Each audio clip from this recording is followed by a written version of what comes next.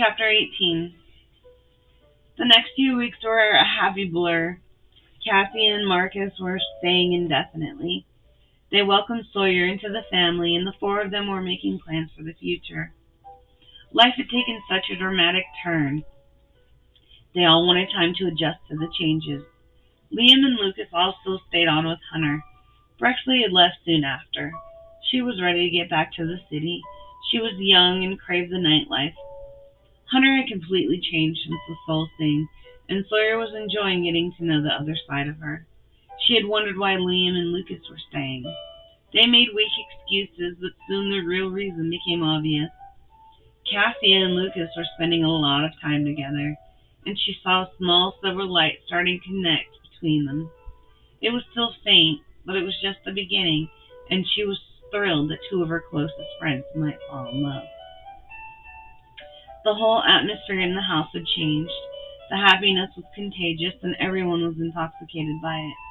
Sawyer and Julius were never apart, and everyone liked the change in Julius. He no longer carried a murderous rage with him everywhere he went. He was more relaxed and smiled more often. Julius noticed, though, that something seemed slightly different with Cassie and Marcus. They could no longer hold his gaze for long and looked down frequently. He spoke to Sawyer about his concerns. She had felt a change in them since the soul ceremony. All their emotions were open to her now. She knew what was wrong, but counseled Julius to speak to them instead of just telling him. It was a conversation that was long overdue for the three of them. It was something that only Julius could help them with. He finally went to his brother's room one day with Cassie in tow. The three of them sat around the fire, and he broached the subject. "I want to know what's wrong," he said, getting straight to the point. "What do you mean?" Cassie asked, confused. "Yes, exactly what are you talking about?" Marcus asked. "You both look at me differently now, ever since the soul ceremony, and I want to know why," he said. "I have absolutely no idea what you're talking about," Cassia said, feigning ignorance. "Cassia, you are the worst of the two. Have I done something wrong? You look away constantly like I disgust you now," he accused them. "Oh, Julius, no," she said, suddenly aware of how she was making him feel. He turned to Marcus. "And you? What have I done to make you avert your eyes every time we speak now? Have you lost respect for me now that anger no longer rules my actions? Because I can assure you, brother, my legendary temper still exists," he shouted. "I don't know what you're talking about, and do not threaten me," Marcus yelled back. "It's shame," Cassie yelled at them both now. They both turned to her at the same time in stunned silence. "What have I done to make you ashamed of me?" Julius asked, confused. "I'm not ashamed of you, Julius. I'm ashamed of myself," she admitted. "For what?" he asked. "When I saw Mother's memory of that day at the soul ceremony, I also remembered it. I remembered when you came home. I had been worried about you. You still had that handprint across your face, and your clothes were streaked in paint. I knew she had done that to you, and you were never the same boy after that day. No longer did you crawl in my bed for comfort or warmth. No longer did you smile at me while I bathed you. You never painted again after that, and I knew she had broken your spirit. It's not just that day, though, Julius. I remember all the days that led up to that one. I should have loved you more and watched you better. I knew how cruel she was to you, but that day I wanted to do something different. I wanted to play dress-up with my friends. We were going to dress up like Caesar's wife and take turns ruling our slaves in our grand home. I sent you off to play so I could have a few hours to myself. I was selfish, and look what happened. You were so sad that you made a fairy take notice of your sadness. You were so broken she had to take half of your soul to save you. What happened that day was my fault," she said, agonizing over the choice she had made that fateful day. "I also remember that day. You had asked me to come with you, but I knew I would be bored watching you paint. I also knew Father was home and making you miserable. He had found the stone you painted for Mother. She had thrown it outside, but not far enough away because he caught sight of it. He screamed at her that you must secretly be her favorite because he had forbidden you to paint, and yet here here stood proof she had disobeyed him. I heard them screaming at one another about you, and I saw her leave to find you and punish you for making them fight. I should have protected you better also, Julius, but secretly I was so glad deep down inside it wasn't me. I thought you must be stronger than me because I would have broken under that cruelty. Now I know that you did, and I should have helped you. I saw how awful they were to you, and I hated them for it, but I was also glad it wasn't me. I should have taken you and Cassia far away, Marcus said, looking at the floor. Julius was stunned by their confession. You were only children yourself, he said. We let it happen, though. Then you, my sweet brother, when you saw me for the first time after I was married, you didn't hesitate to protect me. You removed the man who hurt me without another thought. You, who suffered more than anyone else, would not stand by and watch me suffer. I should have done more, she said, and started to cry. Even then I stood back like always. I let you bear the burden of killing Titus alone. I have always failed you when you needed me, Marcus said desperately. You weren't a killer, Marcus. Most men aren't, Julius answered, bewildered by how all these feelings he never knew existed.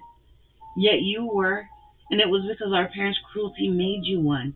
If I had helped you as a child, you might never have been, Marcus said bitterly. Let me tell you both something here and now, and then let's never speak of it again. Neither of you are responsible for what our parents did. You were both small children yourselves. Cassia, all you wanted to do was play, like all girls do. Marcus, watching me paint would have been boring for you. Neither of you are responsible for what happened to me. Cassie, I wouldn't have survived without you and your care of me. Your comfort is the only one I had ever known. Marcus, you stood by me even as a boy. How many times did you place yourself between me and our father? Neither of you should try to take any blame for what happened that day, because if it didn't happen that day, it would have happened a different day. Our parents hated me, and I will never know why, but the two of you have been the only one I've ever known in centuries.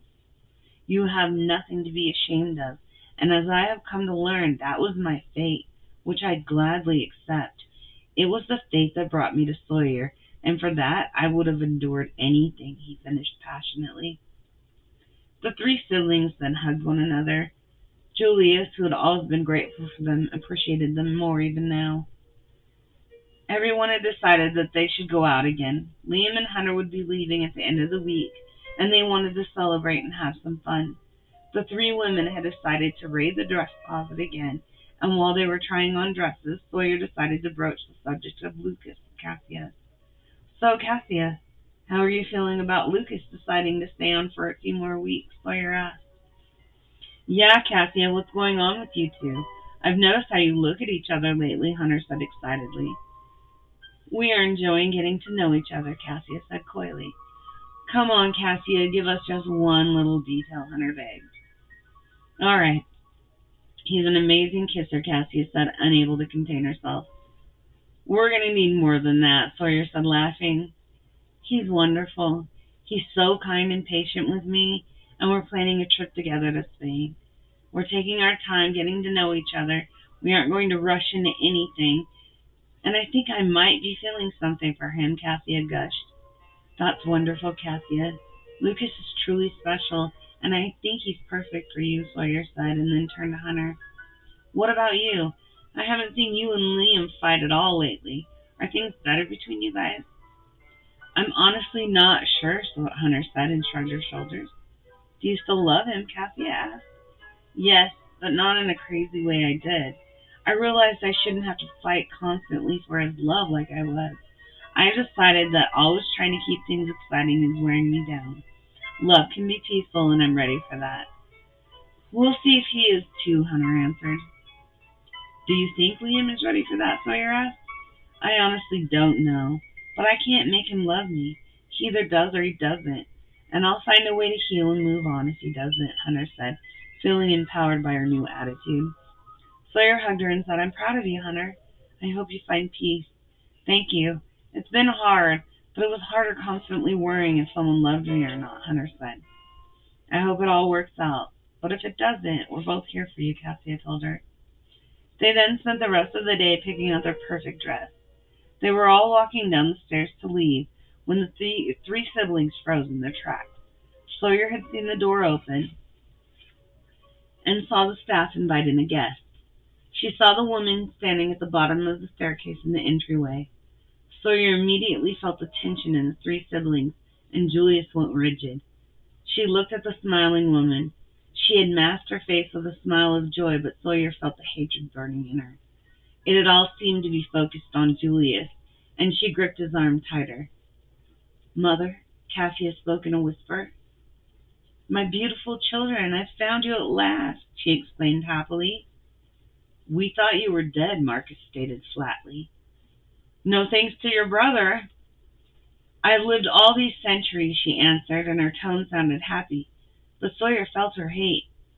"Where have you been? Why did we never see you again after the change?" Cassia asked wearily. "I escaped Rome after the change. I looked for all of you, but could never find you," she answered, and Sawyer wondered why she was lying. "How is it that you found us now?" Julius asked, finally finding his voice. She looked at Julius, and her mask slipped for only a second, but Sawyer saw the venom in her gaze. She quickly recovered and smiled at him. "I found a witch who could finally locate you. I'm told one of you was happily married and came as soon as I knew. I want us all to be together again." Marcus's eyes narrowed in suspicion. "Why now, Mother? You've had centuries to find us," he asked. She looked at her oldest son, and Sawyer could feel she had an actual affection for him. "You look so much like your father, Marcus," she said, and stared at her son, thinking of her long-dead husband. "That may be, but you have avoided the question." "Why now, Mother?" Marcus said, losing patience. "It has taken this long to find you. Witches are not as powerful as they used to be." "Have you married a witch, Julius?" "I can sense she isn't like us." She sounded so innocent when she asked the question. Sawyer could feel Julius' drawn breath to answer and squeezed his arm to stop him. "What I am is of no concern to you," Sawyer answered for him. "You must be a very powerful witch to dare speak to me like that. Our kind is usually afforded more courtesy when being spoken to," she said, trying to bait Sawyer. She wanted to see Sawyer's powers for some reason. "I afford you the courtesy you deserve," Sawyer said, and felt overwhelmed by the woman's hatred for Julius. "I think I deserve a little more respect than your tone implies. I am, after all, the mother of your husband," she said, challenging Sawyer. "You were a womb and nothing more. I know the story of you, Albina," Sawyer answered. "Well, mistakes were made, but I'm here to make up for lost time. I've come to join my children," she said with fake sincerity. "You are not welcome in my home," Sawyer said. "I'm growing tired of your rudeness," she said, and her mask began to slip again. She was having a hard time maintaining her false cheer. "Then see yourself out and suffer it no more," Sawyer answered. "Cassia, Marcus, would you see your own mother be thrown out?" She looked at them desperately. None of this was going how she had planned. "We all agree, Albina, it's time for you to leave," Cassia said. Her mask then dropped completely. She was enraged. She had only come for Julius, but Cassia and Marcus defended him as usual. "How dare you speak to me like that?" she screamed at Cassia. "You are about to discover how powerful I am, Albina," Sawyer said menacingly. "No, witch. You are about to see how powerful I have become. I will be reunited with my children one way or the other," she screamed at Sawyer, and turned to the door. It was Julius's turn to be enraged. "Do not threaten my wife ever, Albina, or I will rip your head from your body," he spoke evenly, which made it even more frightening. "I would never threaten your witch, Julius. I was simply giving her a warning not to stand between me and my children." She opened the door and then turned with a smirk and spoke to Julius directly. "I will see you again soon." She then turned and left. "What was that?" Hunter asked after she left, and everyone still stood in shocked silence. Cassia turned and answered her. "That was our mother. That was the woman who broke Julius so badly. Only a fae could fix him."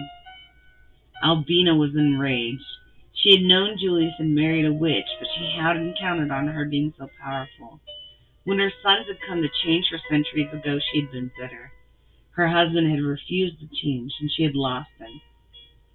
She had fled from her children and the vile thing that they had become. She had found sanctuary in a coven of witches. She understood their pagan rituals as she herself practiced them in the temples of Rome. She had made a home among them. No blood flowed in her, so she was unable to participate in their rituals, but she could protect them. She lived among a very old lineage of witches for centuries. In return for her protection, they kept watch over Julius. Albina wanted him to suffer for what he had done to her family. She kept tabs on him for centuries and remained in the shadows. She was content with him never finding happiness, but a few months ago his energy had been cloaked.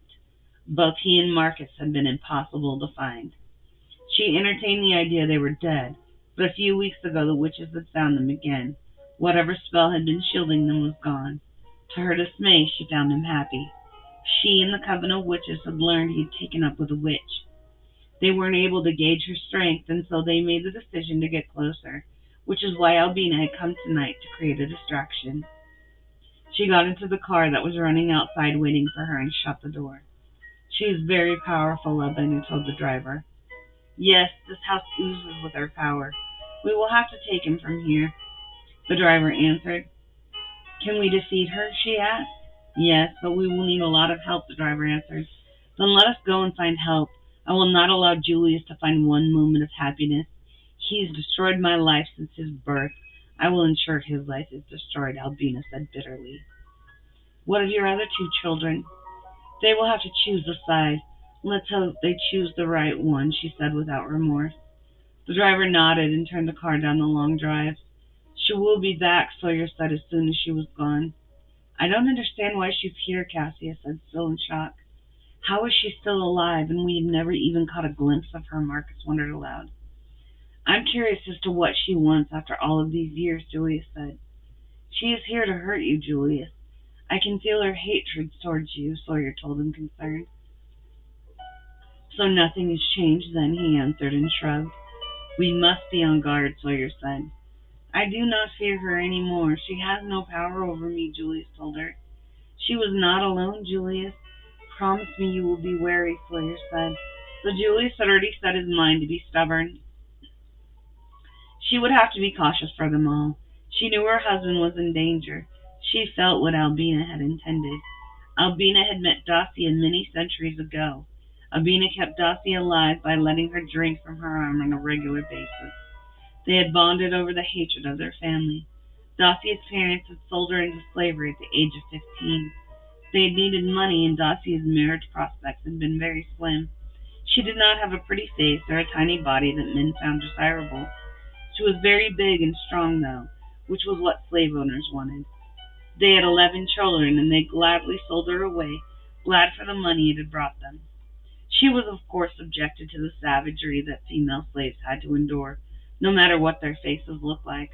Men did not need a pretty face to be brutal. As she lay under the rutting men, she planned a revenge on her parents. When she was 30, she found her owner dead early one morning on the floor of his sleeping chambers. She didn't hesitate, and she didn't call for help. Some slaves were broken in spirit and would come to obey without thought to their owner.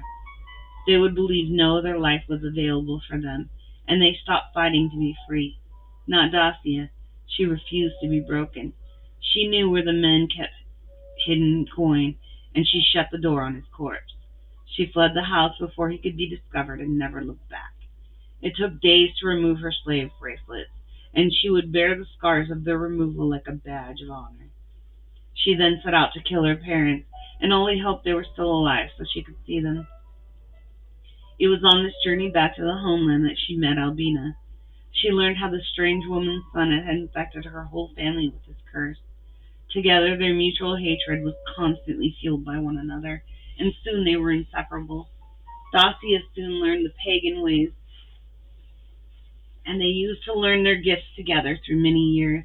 Albina could gather whatever Dacia needed for a spell without being seen, and Dacia could use magic when Albina needed it. They had become dependent on one another throughout the centuries. Dacia wanted immediate revenge, while Albina wanted slow suffering. Dacia didn't want her parents to grow old and die peacefully. She wanted them to cringe in fright as they died. So the two crossed the sea together to Dacia's homeland.